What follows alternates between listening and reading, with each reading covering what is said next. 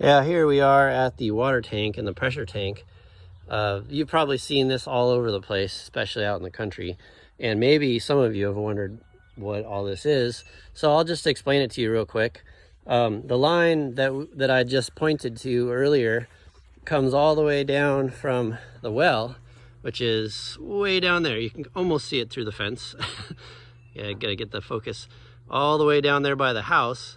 And it comes down this driveway, and then you can see one of the valve box covers right there, and then all the way up to here at the tank. And along with that line, when I installed it, I also installed some electrical lines, and one is for a float valve that's in this tank. One is for the pump, that's a control switch for the pump to turn on. And then one is for the pressure tank right there, which I'll explain in a minute. And then I also installed an additional line just for the this is the breaker box. So basically how it works is the water gets pumped from the well, and it ends up down up here at the top of the tank, and then it falls into the tank and fills it up. Kind of like contrary to what we had over at the ranch, there's nothing plumbed into the bottom of this tank.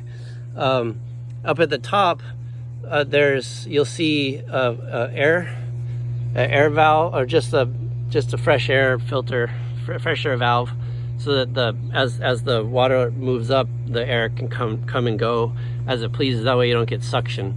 And then on the other side, you can see the electrical. That's electrical for the pump that's inside the bottom of the tank that pumps the water out.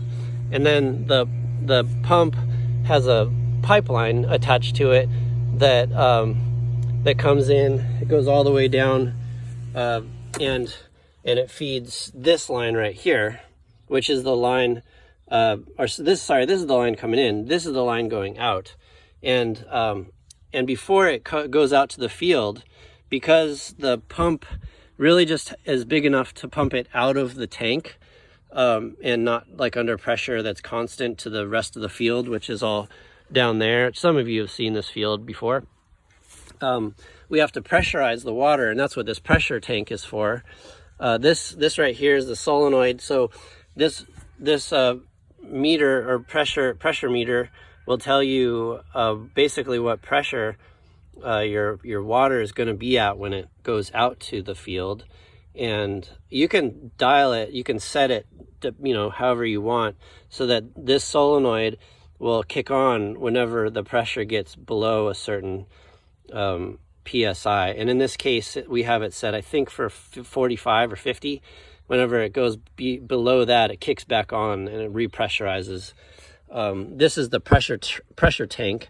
And all this is something that pushes the water at a higher pressure, it's kind of like a chamber that's got a big rubber balloon inside of it, and it holds pressure against the sides of the wall.